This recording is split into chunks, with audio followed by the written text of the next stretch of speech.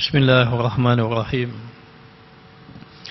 Alhamdulillah Rabbil Alamin. Wassalatu wassalamu ala ashrafil anbiya'i wal mursalin wa ala alihi wa sahbihi ajma'in.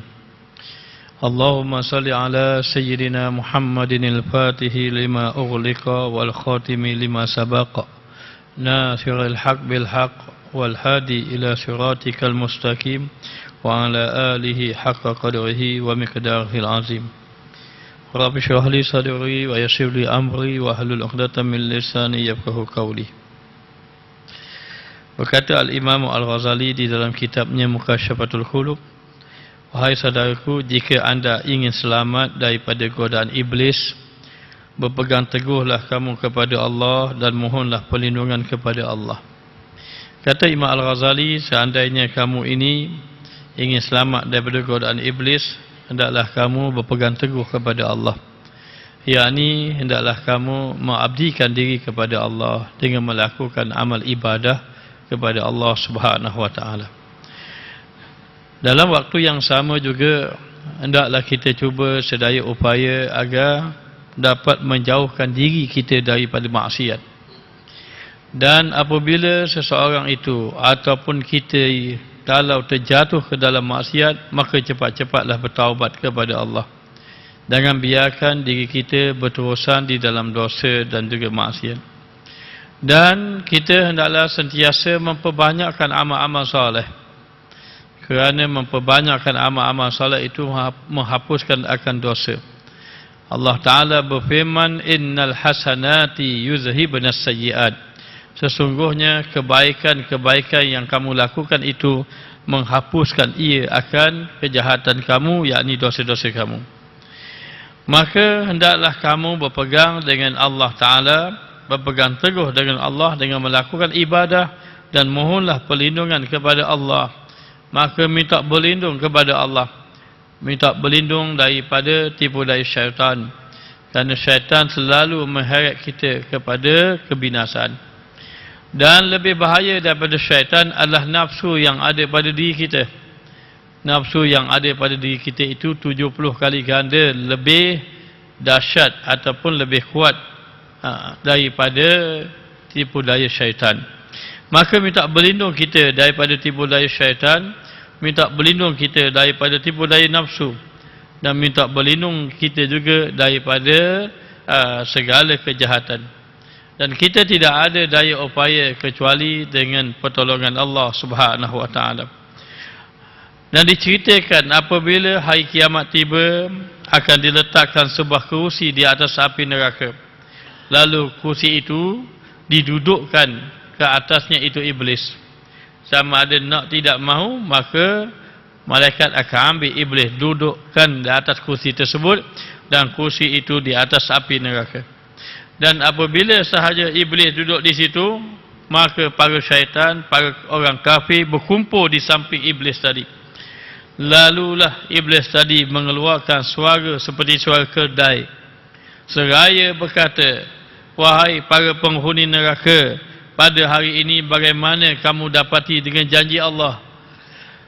Maka katanya iblis, wahai ahli neraka, bagaimana kamu dapati dengan janji Allah? Mereka menjawab, janji Allah itu benar. Orang yang melakukan amal soleh masuk syurga, orang yang melakukan kejahatan itu masuk neraka. Kemudian iblis itu pun berkata, ini adalah hari yang aku berlepas diri. Ini adalah hari yang aku telah berputus asa daripada rahmat Allah. Maknanya iblis sudah tahu dia tidak akan dapat rahmat Allah. Dan hari ini juga iblis berlepas diri kepada orang-orang yang mengikutinya. Maka dengan sebab itu Imam Ghazali menyarankan kita supaya kita ini jauhkan diri daripada godaan iblis dengan memperbanyakkan ibadah kepada Allah dan mohonlah perlindungan dengan Allah. Maka apabila kita ingin melakukan sesuatu, maka bacalah bismillah, mohon kepada Allah. Mulakan dengan auzubillah, kemudian bismillahirrahmanirrahim.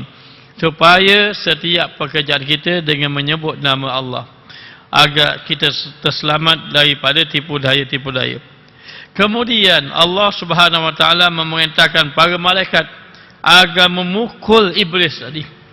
Bila iblis mengatakan aku putus asa dengan rahmat Allah, maknanya dia dah fikir dah dia tidak akan dapat rahmat Allah Ta'ala. Dan aku berlepas diri dengan kamu semua. Siapa dengan orang-orang yang mengikuti syaitan, dengan syaitan-syaitan yang mengikuti iblis. Begitulah. Maka iblis kata, aku berlepas diri dengan kamu semua. Maka datang malaikat memukul iblis tadi, dan memukul juga orang yang ada kelilingnya. Lalu mereka itu mati di dalamnya selama 40 tahun. Mereka tidak pernah mendengar perintah untuk keluar daripada situ. Na'udzubillah. Maka sebenarnya dalam neraka tidak ada mati sebenarnya. Dalam neraka ini disebut wala hayatan wala mautan. Tidak mati, tidak hidup. Tidak mati, tidak hidup. Apa maksud tidak mati? Maksud tidak mati, tidak ada hilang kesakitan sekalipun. Dan apa maksud tidak hidup? Tidak hidup dengan arti kata tidak akan rasa nikmat. Tidak ada rasa nikmat. Maka di dalam neraka hidup mati itu maknanya dipukul begitulah 40 tahun keadaannya itu. Waliyazubillah. Maka kita mohon pada Allah agar kita ini diselamatkan daripada azab api neraka Allah.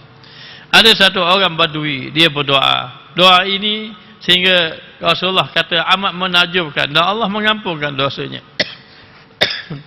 Ia mengatakan bahawa, ya Allah, ya Tuhanku, dosaku terlalu banyak, tetapi aku mengetahui keampunanmu lebih luas daripada dosaku.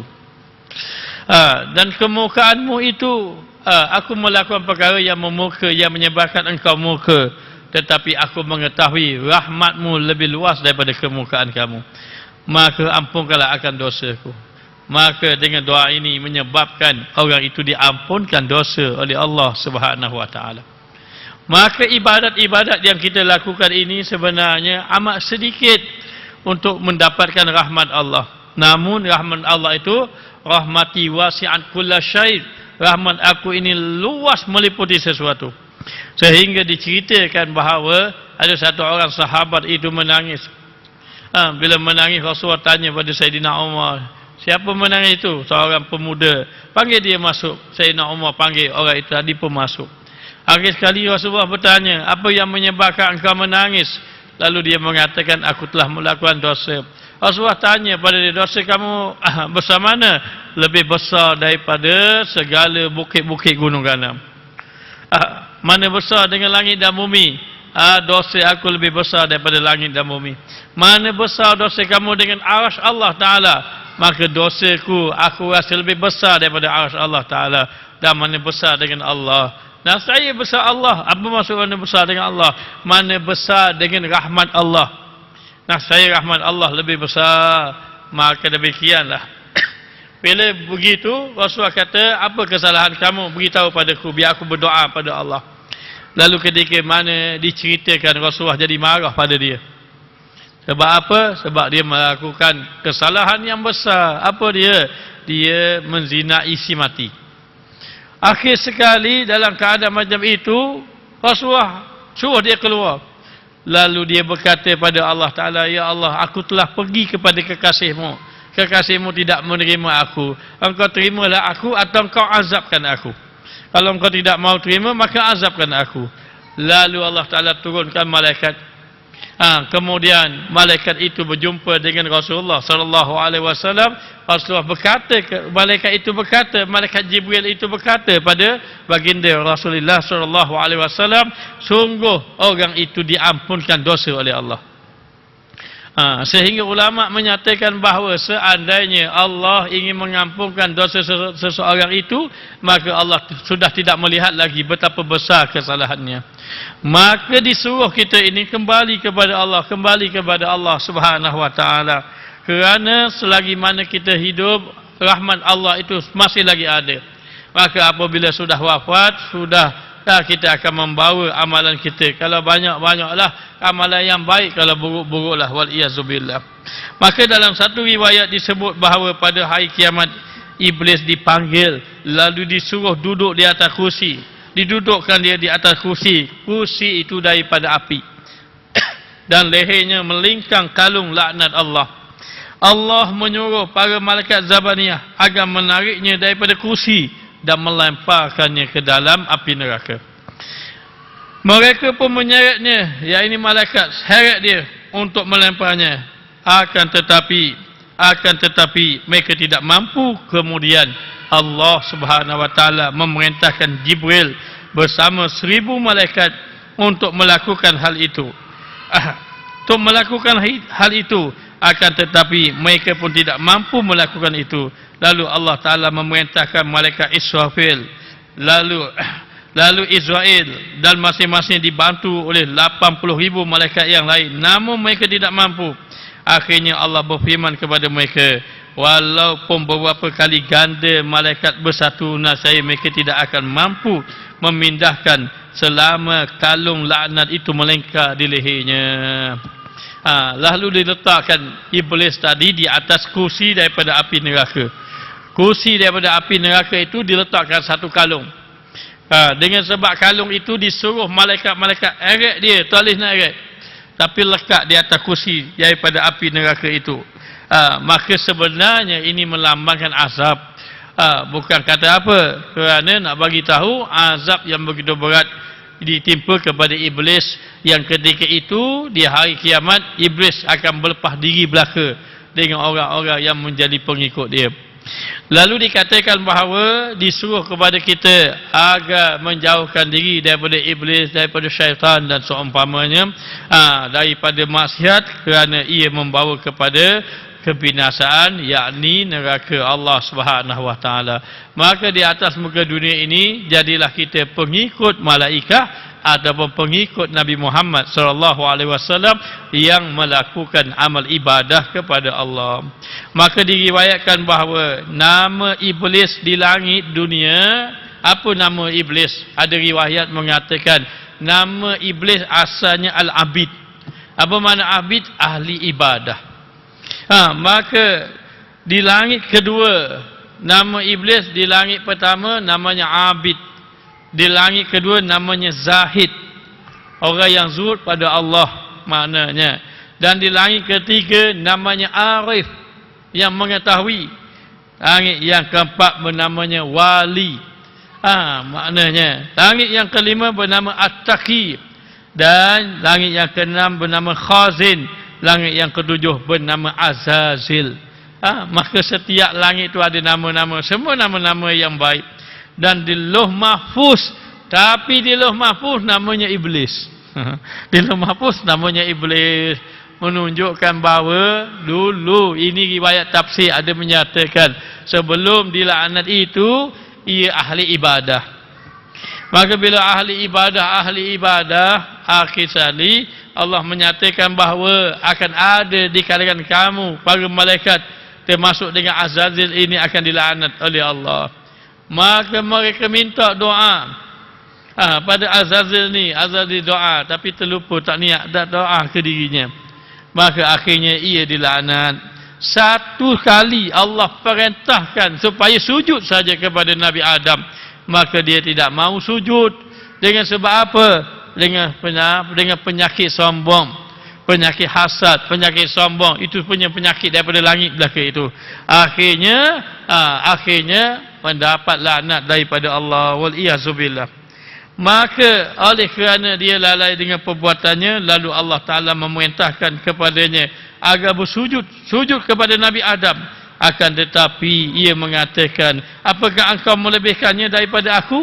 Aku lebih baik daripada dia. Engkau ciptakan aku daripada api, sedangkan engkau ciptakan ia daripada tanah.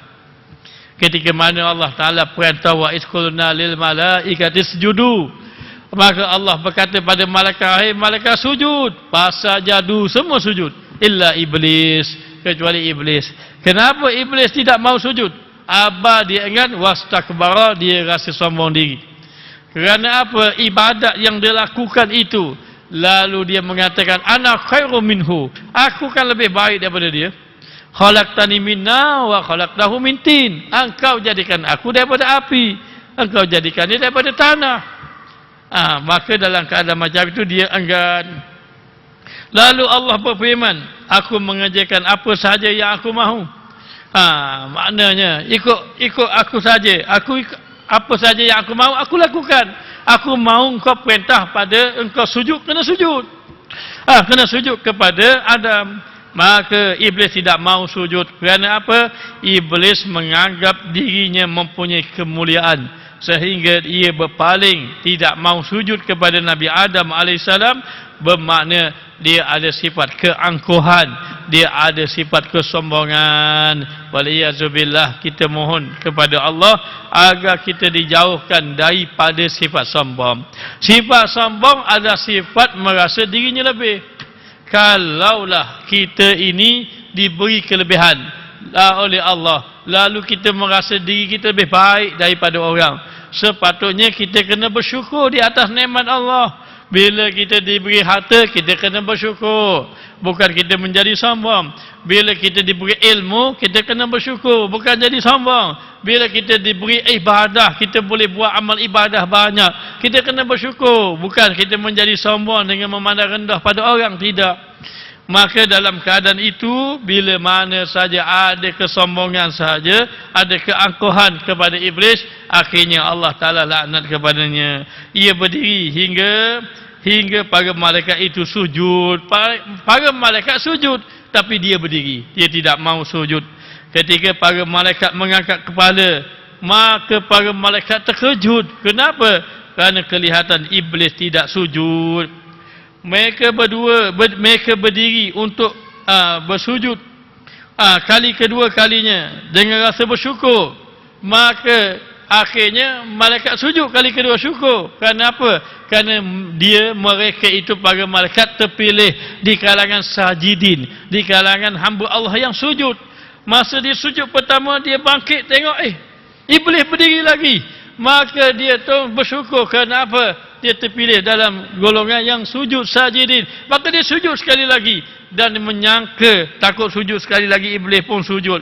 Maka dalam keadaan macam itu, iblis tetap berdiri dan berpaling daripada mereka, tanpa ada keinginan untuk mengikuti mereka, ataupun mereka tanpa ada merasa menyesal di atas perbuatan dia. Iblis tidak menyesal pun, dia tidak sujud, walaupun dia tahu bahawa ia dilaknat oleh Allah. Oleh kerana dia tidak mahu sujud kepada Allah, maka Allah memburukkan wajah iblis. Burukkan wajah iblis. Segala puja dan puji bagi Allah yang menghijabkan kita daripada melihat iblis.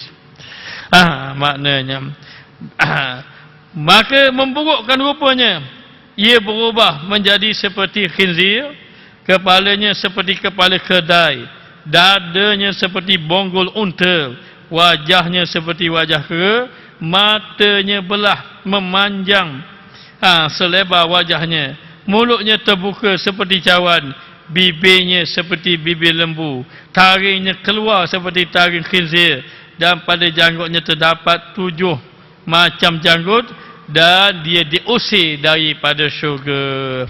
Ini disebut oleh Imam Ghazali, jangan pandai-pandai lukis. Tak payah lukis lah wajahnya yang buruk itu. Hanya nak bagi tahu, oleh kerana tidak taat kepada Allah, Allah burukkan wajahnya. Zaman Nabi Musa dulu disebut kunu kiradatan khasiin. Mereka itu menjadi kera-kera yang hina. Apabila Allah Ta'ala perintah hari Sabtu tidak boleh bekerja, akhirnya dia bekerja juga hari Sabtu. Akhir sekali engkar dengan perintah Allah, Allah Ta'ala jadikan kunu kiradatan khasiin, jadi kera-kera yang hina. Itu umat Nabi Musa AS. Lalu dalam keadaan macam itu, iblis diusir daripada syurga, bahkan dari langit dan ke bumi, dan ke satu kepulauan. Ia tidak masuk ke bumi kecuali secara sembunyi-sembunyi. Ia dilaknat hingga hari kiamat kerana terbasuk di kalangan makhluk Allah yang ingkar kepada Allah Subhanahu wa taala. Waliyazubillah. Maka dengan sebab itu, orang-orang kalau buat amal ibadat, wajahnya indah di sisi Allah. Orang-orang yang buat amal ibadat, pergi ke masjid, wajahnya indah di sisi Allah Ta'ala. Para malaikat melihat dengan pandangan indah.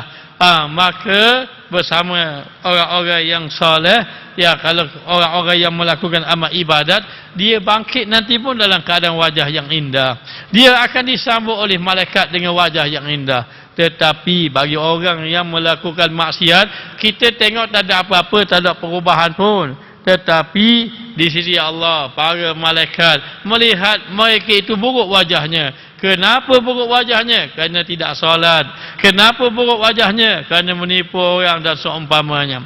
Maka apabila di akhirat nanti akan terselah wajah masing-masing, waliyazubillah, maka manusia itu wajahnya manusia, tetapi apabila bangkit nanti ada yang wajah kedai, ada yang wajah khinzir, ada yang wajah anjing dan seumpamanya, mengikut amalan-amalan buruk yang ia lakukan. Maka beruntung dekat negeri akhirat ada orang yang wajah bercahaya-bercahaya, sehingga Rasulullah dapat kenal itu umat aku. Daripada mana dapat kenal? Kerana pada wajahnya bercahaya, pada anggota-anggota wuduknya bercahaya. Kerana apa? Kerana buat amal soleh. Inilah yang Rasulullah nyatakan, as-salatu nurun, sembahyang itu cahaya, baca Quran itu cahaya, berzikir itu cahaya, majlis ilmu cahaya, semuanya cahaya belaka. Mana kita dapat cahaya? Cahaya nanti kita dapat dalam kubur. Banyak mana kita baca Quran, banyak cahaya kita dapat. Banyak mana maksiat memadamkan cahaya. Waliyazubillah. Moga-moga Allah tidak wafatkan kita kecuali dalam keadaan taubat nasuha. Maka perhatikanlah keindahan rupa, sayap yang lebar, banyak ilmu, banyak ibadah, kegagahan di kalangan para malaikat dan sebagainya, tidak mencukupi sedikit pun. Itu semua, dalam semua itu terdapat peringatan. Baik, apa-apa yang Allah Ta'ala kurniakan kepada kita, kita kena ingat, jangan kita termasuk di kalangan orang yang sombong dengan apa yang Allah kurniakan kita. Tak kiralah ilmu ke, harta ke, pangkat ke, kedudukan ke, maka kita mohon kepada Allah agar kita jadi orang yang hati kita ini sentiasa tunduk kepada Allah. Di dalam sebuah hadis disebutkan bahawa ketika Allah Subhanahu wa taala, ini dalam satu riwayat menceritakan bahawa ketika Allah Taala menyeksa iblis, malaikat Jibril dan Mikail menangis. Maka Allah menyeksa iblis. Ketika itu malaikat Jibril dan Mikail menangis. Lalu Allah Ta'ala bertanya, ya Jibril, ya Mikail, kenapa engkau menangis? Katanya dua malaikat tadi, ya Tuhan kami tidak merasa tenteram terhadap siksaan kamu. Rasa-rasa macam kami tak selamat rasa bila tengok malaikat tadi kena azab. Begitu. Kemudian Allah Ta'ala berkata, jadikanlah kamu makhluk yang tidak merasa tenteram terhadap siksaanku.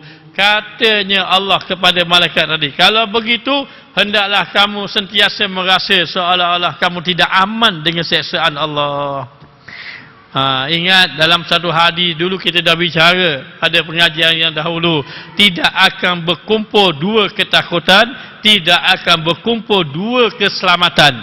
Apa maksud dua ketakutan tidak akan berkumpul? Baik, dia tidak akan berkumpul dunia akhirat, dua-dua takut. Kalau sudah di atas muka dunia sudah rasa takut sangat-sangat pada Allah, Allah tak takutkan kita dekat negeri akhirat. Allah tak takutkan kita dekat negeri akhirat. Sebab apa? Sebab di atas muka dunia kita ada sifat takwa, takut kepada Allah. Takut yang macam mana? Takut yang menyebabkan kita tinggal maksiat. Takut yang menyebabkan kita menjadi ahli ibadat. Takut yang menyebabkan kita menjaga diri daripada melakukan perkara yang mendapat kemurkaan Allah. Maka sudah takut kamu di atas muka dunia, Allah tidak takutkan dekat negeri akhirat. Ada kisah menceritakan ayah dia kata, kalau aku mati mu bakarlah aku sampai jadi abu, buang abu dalam laut. Maka anak dia buat sungguh, dia bakar sampai tu jadi abu, buang dalam laut. Bukan orang Hindu, tidak. Maka Allah Ta'ala yang maha berkuasa bangkitkan balik, himpunkan balik abu tadi, bangkit dia. Allah Ta'ala tanya, apa kamu sampai suruh begitu? Kerana aku tak tahu nak lari ke mana, terlalu takut aku padamu. Sampai aku fikir macam tu, takut aku kepada kamu. Sampai aku fikir begitu. Allah Ta'ala kata, oleh kerana kamu takut kepada aku amankan kamu dekat negeri akhirat. Maka tidak akan berhimpun dua aman. Siapa yang aman di atas muka dunia, tak apa, tak semayang pun relax je. Aman saja rasa. Ambil hak orang pun aman saja rasa. Buat salah pun rasa aman, rasa tiada apa-apa saja. Kalau kamu merasa aman di atas muka dunia, tidak akan aman dekat negeri akhirat. Kerana tidak akan kumpul dua keamanan dalam dua keadaan tadi, dunia dan juga akhirat. Moga-moga Allah Ta'ala kurniakan kita sifat taqwa, sifat takut kepada Allah Ta'ala. Takut yang macam mana? Takut yang menyebabkan hati kita sentiasa gerun kepada Allah, mengingatkan azab Allah, merasa kebesaran Allah. Takut yang membawa kita intisalu awamirillah wajtinabu nawahihi, yang menyebabkan kita bangkit buat amal lalu benci kepada maksiat. Dan takut yang membawa tanzihul qulub, penyucian kepada hati kita kepada Allah Subhanahu wa taala. Lalu dikatakan bahawa hendaklah kamu takut akan seksaan aku, katanya. Siapa yang takut, rasa takut, aku amankan dia. Demikianlah Allah Subhanahu wa taala. Diriwayatkan bahawa iblis pun berkata, Tuhanku, engkau telah mengeluarkanku daripada syurga kerana Nabi Adam alaihissalam. Aku tidak mampu menguasainya kecuali dengan kekuasaan daripadamu, katanya iblis. Aku tak mampu nak menguasainya. Aku ini daripada syurga keluar, masuk daripada syurga, keluar daripada syurga kerana Adam, kata iblis. Dan aku tidak mampu menguasainya. Lalu Allah Ta'ala berkata kepada iblis, kamu diberi kekuasaan, yakni terhadap anak-anak Adam, kerana terpeliharanya para nabi daripadanya. Para nabi maksum terselamat. Tapi anak-anak Adam ini, yakni cucu cicit Nabi Adam ini, mereka diberi kekuasaan bagi orang yang duduk di bawah, maknanya menyerahkan diri kepada iblis. Adapun yang menyerah diri kepada Allah, dia selamat. Maka pinta iblis, tidak lahir darinya seorang anak, melainkan kamu pun memiliki anak seperti itu. Allah memenuhi permintaan iblis. Katanya, aku nak apabila lahir anak Adam, maka akan ada satu iblis yang menggoda dia, yang berdampingan dengan dia. Allah bagi. Lalu dia kata, tambah lagi katanya, dada mereka adalah tempat bagimu. Kamu berjalan di situ mengikuti aliran darah. Maka dia kata dalam dada hati seseorang itu tempat Allah. Dada dalam hati tempat Allah. Tapi kata iblis, aku nak berjalan di dalam aliran darah. Aliran darah. Maka Allah Ta'ala bagi. Sebab itu kalau orang itu berpuasa, dia menyempitkan aliran darah. Bila aliran darah itu sempit, untuk syaitan nak lalu, jadi bangkit kuat untuk beribadah kepada Allah Subhanahu wa taala. Lalu dia minta lagi, tambahlah, iblis minta pada Allah, tolonglah mereka dengan kuda dan kakimu, yakni tolonglah mereka dengan pertolongan orang yang berkenderaan dan berjalan kaki. Bersekutulah dengan mereka di dalam harta, yakni dengan membawa mereka untuk mencarinya dan membelanjakannya pada barang yang diharamkan. Dan anak-anak mereka, yakni berusaha sampai kepada mereka melalui cara yang haram, seperti menyetubuhi isteri dalam keadaan haid. Ini dia minta. Macam mana kata iblis? Iblis minta kalau boleh dia nak mereka, yakni anak-anak Nabi Adam ini, mereka ini bersekutu. Iblis nak bersama, naik kenderaan pun bersama, berjalan kaki bersama, dengan harta pun bersama, dengan maknanya iblis nak bersama dengan anak Adam sampai kepada bersama isterinya, agar lahir anak-anak yang membawa kepada pengikut iblis. Dia minta begitu. Bersama dengan harta macam mana? Bersama dengan harta, siapa ambil harta yang haram, ambil harta yang syubhat. Lepas pada tu bersama dengan wanita itu zina dan menyetubui dalam keadaan haid dan seumpamanya. Maka iblis minta dengan Allah Ta'ala supaya anak Adam itu cenderung kepada ambil harta yang diharamkan oleh Allah ataupun melakukan perkara yang membawa kepada dosa.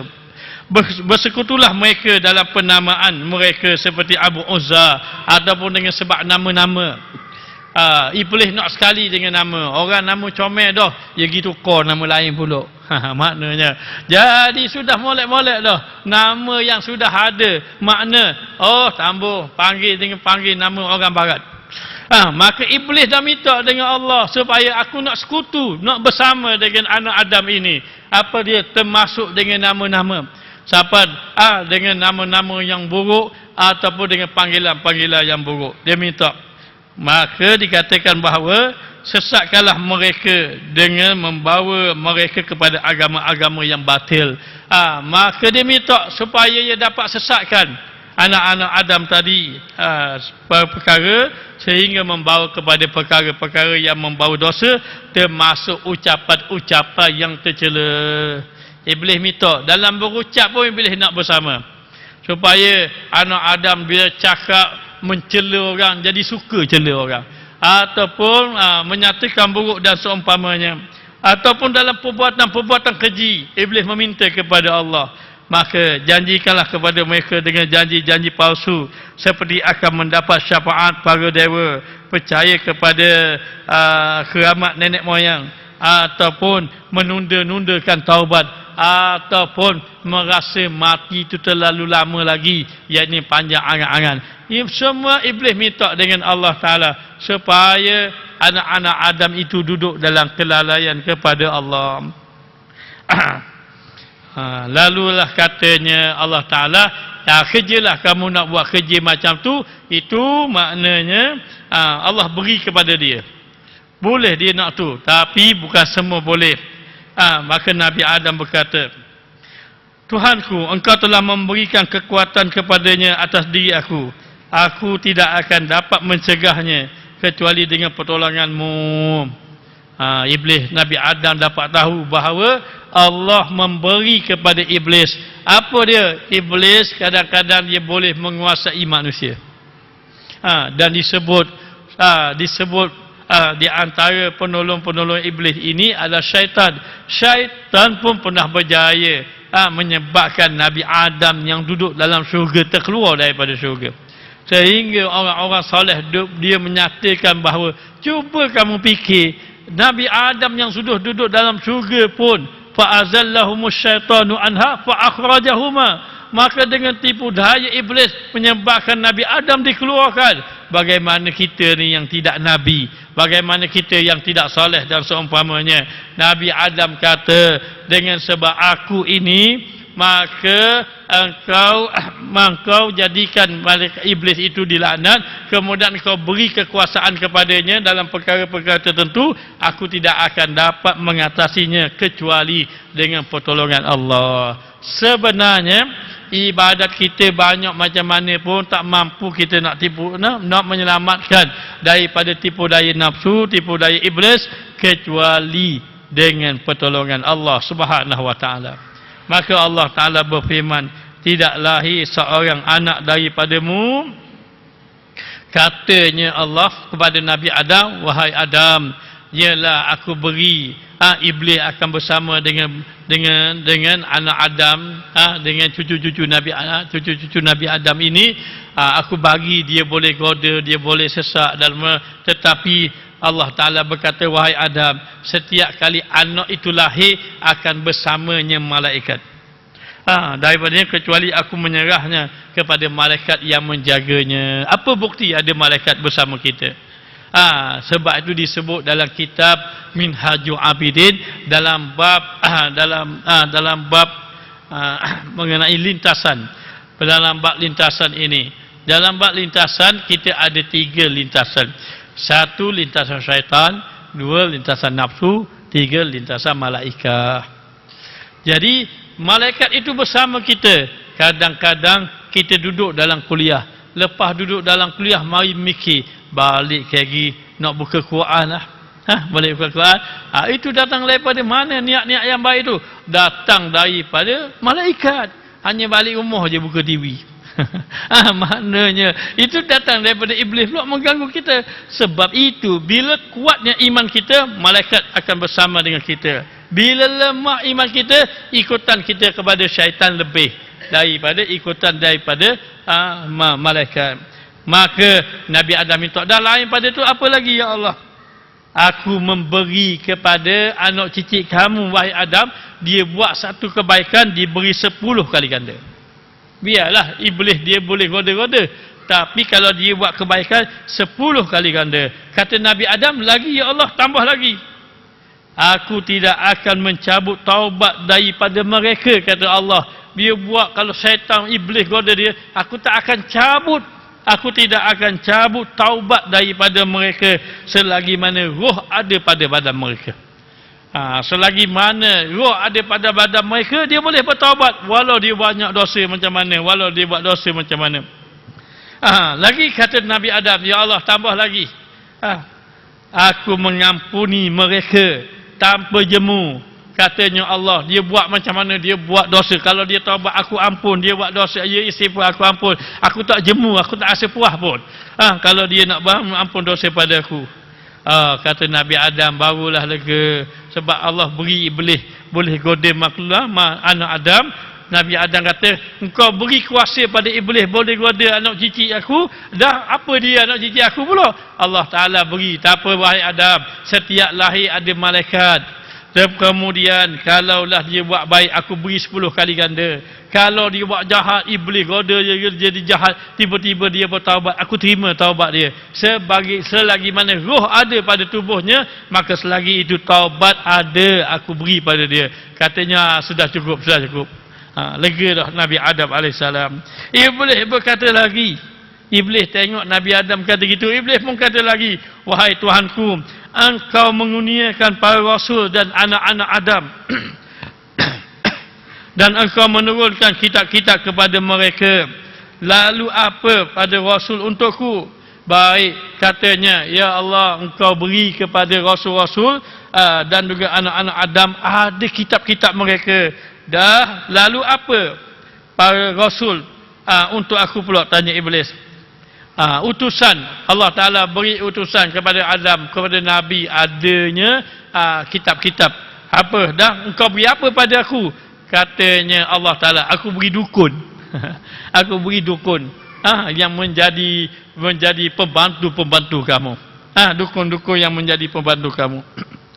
Baik, apa kitab-kitab aku? Kitab-kitab kamu adalah perbuatan-perbuatan tatu. Tatu. Apa hadis aku, katanya? Kau bagi anak Adam ada hadis-hadisnya, perkataan-perkataan yang baik. Apa hadis aku, katanya iblis? Iaitu perkataan-perkataan yang membawa pembohongan. Dah, kalau anak Adam ada kitab Al-Quran, apa yang kau beri pada aku? Syair-syair, lagu-lagu yang melalaikan. Lagu-lagu yang melalaikan. Apa dia muazzin aku yang menyeru? Aku bagi seruling. Ataupun alat muzik. Apakah masjid aku? Orang anak Adam yang baik tu pergi masjid. Apakah masjid aku? Aku bagi pasar. Pasar. Masjid tempat orang ibadat, pasar orang yang lalai kepada Allah Ta'ala. Ini jangan salah faham. Kalau gitu tak lagi pasar dah. Kalau pergi ke pasar kita lalai pada Allah, itu dilarang. Kalau pergi pasar berzikir subhanallah walhamdulillah wala ilaha illallah wallahu akbar. Ada zikir orang pergi pasar. Apa dia zikir pergi pasar? La ilaha illallah wahdahu la syarikalah, lahul mulku wa lahul hamdu yuhyi wa yumiit wa huwa ala kulli syai'in qadir. Ini zikir orang pergi pasar. Siapa pergi pasar, duduk pasar, baca zikir ni. Sekali baca dapat 1 juta pahala. Dia baca dalam hadis maknanya. Maka pasar, kalau di masjid, engkau bagi anak Adam itu masjid. Dah aku, kata iblis, aku beri pasar, kata Allah Ta'ala. Sehingga disebut hadis, seabdal tempat ialah masjid, seburuk-buruk tempatlah pasar. Baik, ada anak-anak Adam kau bagi rumah-rumah, dalam rumah mereka itu mereka boleh beribadat. Dan memberi apa pada aku, tanya iblis? Aku beri tandas. Aku beri pada tandas. Maka kata ulama, jangan duduk di dalam tandas terlalu lama, kecuali seseorang itu ada sakit, ada sakit, dan jangan tak ada apa-apa duduk dalam tandas. Maka itu adalah rumah kepada rumah iblis ataupun syaitan. Apakah makanan aku, katanya iblis? Katanya Allah Ta'ala, makanan itu akan menjadi makanan kamu. Mana-mana makanan yang tidak menyebut nama aku, mana-mana makanan yang tidak menyebut nama Allah Subhanahu Wa Ta'ala. Sebab itu diriwayatkan bahawa ada riwayat menceritakan ada iblis yang duduk dengan Saidina Umar jadi kurus. Kenapa jadi kurus? Kerana Saidina Umar Al-Khattab setiap perbuatan dia sebut nama Allah. Maka iblis tidak boleh makan makanan yang dimakan oleh Saidina Umar Al-Khattab. Iblis tidak boleh memakai pakaian yang dipakai oleh Saidina Umar Al-Khattab. Lalu bertemu dengan iblis Abu Jahal. Iblis Abu Jahal gemuk. Mana? Kamu jadi kurus, katanya. Aku duduk dengan Saidina Umar. Saidina Umar Al-Khattab. Tidak dia melakukan sesuatu kecuali dia menyebut nama Allah. Lalu dikatakan bahawa, apakah minuman aku? Apakah minuman aku? Katanya iblis bertanya kepada Allah Ta'ala. Allah Ta'ala menyatakan, minuman kamu, wahai iblis, adalah minuman yang memabukkan. Sekali minum 40 hari. Sekali minum itu tidak dinyatakan. Ada dalam kitab, sesiapa yang sekali minum itu 40 hari. Wallahu alam, sekali minum ke sebotol, segelas, setitik, maknanya seteguk, wallahu alam. Tetapi minuman itu boleh menyebabkan amal ibadat itu tidak diterima oleh Allah. Waliyazubillah. Maka minuman yang memabukkan. Zaman Saidina Umar Al-Khattab, ada seorang itu minum arak. Baik, yang terakhir, apa alat pemburuan aku? Aku jadikan alat pemburuan, katanya Allah Ta'ala, yakni kaum wanita. Kaum wanita, sehingga Nabi mengatakan yang paling aku takut fitnah akhir zaman, maknanya ialah fitnah wanita antaranya. Yang wanita itu moga-moga menjadi wanita yang salihah. Dan kita mohon pada Allah agar Allah Ta'ala selamatkan kita daripada tipu daya ini.